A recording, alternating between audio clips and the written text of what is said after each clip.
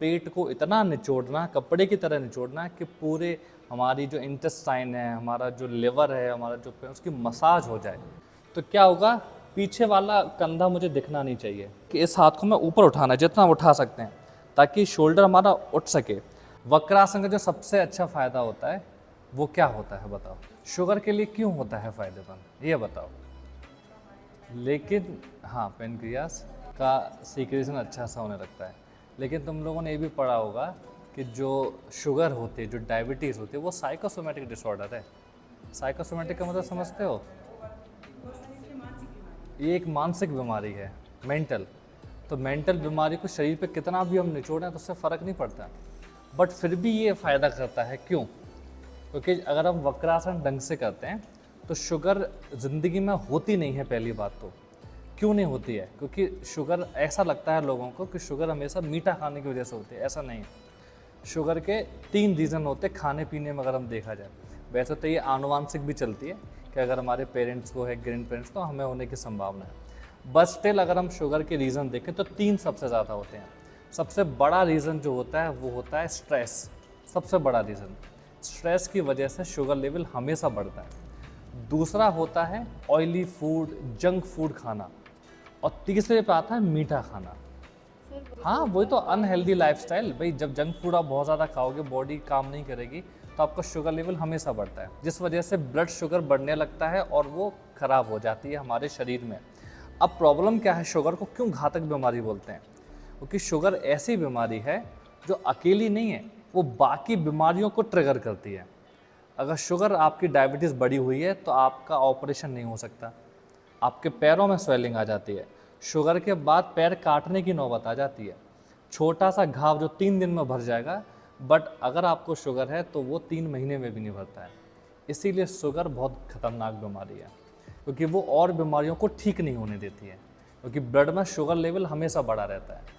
फिर इन दी एंड आके क्या होता है, हमें इंसुलिन लेना ही पड़ता है बाहर से, जब शरीर बनाना ही बंद कर देता है। तो वक्रासन जब हम करते हैं तो वक्रासन, कोई भी आसन फिजिकल और मेंटल दोनों लेवल पे इफेक्ट डालता है।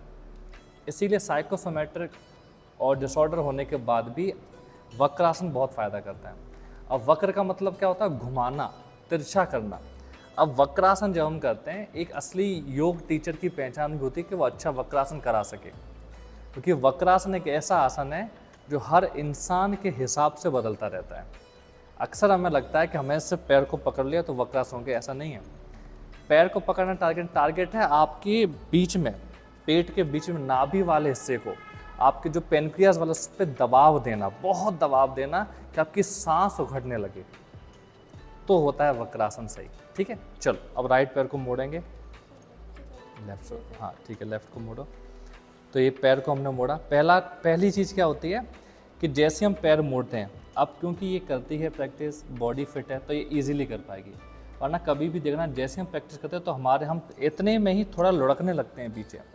और सबसे बड़ी मिस्टेक क्या होती है कि जैसे ये बैठी है तो पूरा बॉडी वेट इस वाले पैर के ऊपर, हिप्स के ऊपर आना शुरू हो जाता है, तो बॉडी अपने आप थोड़ी तिरछी हो जाती है।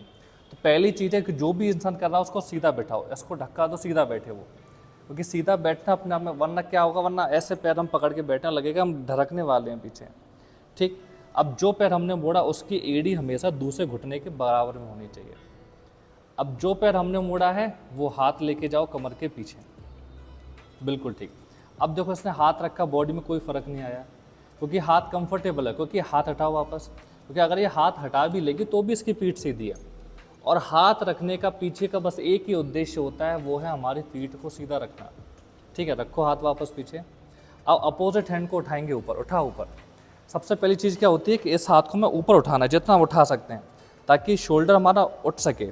अब हाथ उठा के घुमाओ पूरा और पकड़ो पैर को, ये हुआ वक्रासन। अब अगर सेम चीज़ है, अगर मैं यहाँ से देखूँ तो क्या होगा, पीछे वाला कंधा मुझे दिखना नहीं चाहिए, ना ही मुझे इसका फेस दिखना चाहिए, और इसका पूरा फेस पीछे की दीवार पे होना चाहिए। अगर इस अंगूठे से टिप से लेके पीछे वाले शोल्डर तक एक सीधी बॉडी अलाइन, और ध्यान से देखोगे तो पूरा प्रेशर नाभि वाले पीठ पे, हिस्से पे है। अब क्योंकि इनका पेट है ही नहीं तो बीच में हमें गैप भी दिख रहा है, वरना इस आसन पे होल्ड करना बहुत मुश्किल होता है। वरना क्या होता है, हाथ और पीछे खिसकाओ, और रखो ज़मीन पर आराम से। ये स्थिति आ जाती है लोगों की।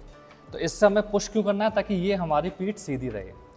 और ये हाथ उठाओ, कमर पर रखो, बहुत बढ़िया। ये होता है फाइनल पोस्चर, ताकि पीछे वाले हाथ पे वज़न आना ही नहीं चाहिए।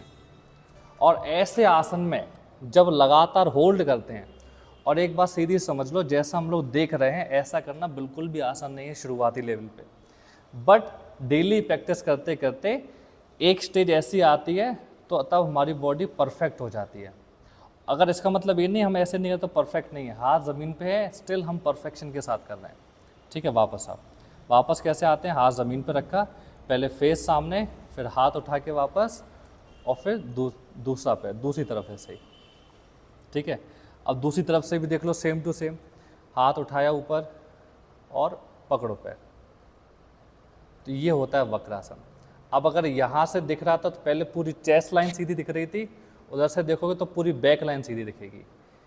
इसीलिए कहते हैं वक्रासन और शीर्षासन, ये दो ऐसे अभ्यास होते हैं जिनको करना परफेक्टली बहुत मुश्किल होता है और कराना भी बहुत मुश्किल होता है, क्योंकि यहाँ पे बॉडी अलाइन होती है सही। इसका एक भी डिफरेंट एंगल आपके पूरे अलाइनमेंट को ख़राब कर सकता है, क्योंकि हमारा बस एक ही टारगेट है, पेट को इतना निचोड़ना, कपड़े की तरह निचोड़ना कि पूरे हमारी जो इंटेस्टाइन है, हमारा जो लिवर है, हमारा जो उसकी मसाज हो जाए। ठीक है, वापस आप गर्दन सामने। ये आसन का हमेशा नियम होता है कि जैसे हम आसन में जाते हैं ठीक उसी तरीके से हमें वापस आना है। और इसका काउंटर पोज क्या होता है कि इसमें हमने बॉडी को ट्विस्ट किया है, तो ट्विस्ट की हमेशा काउंटर क्या होता है, अपोजिट डायरेक्शन में ट्विस्ट करना। ठीक है, तो ये हुआ हमारा वक्रासन कंप्लीट।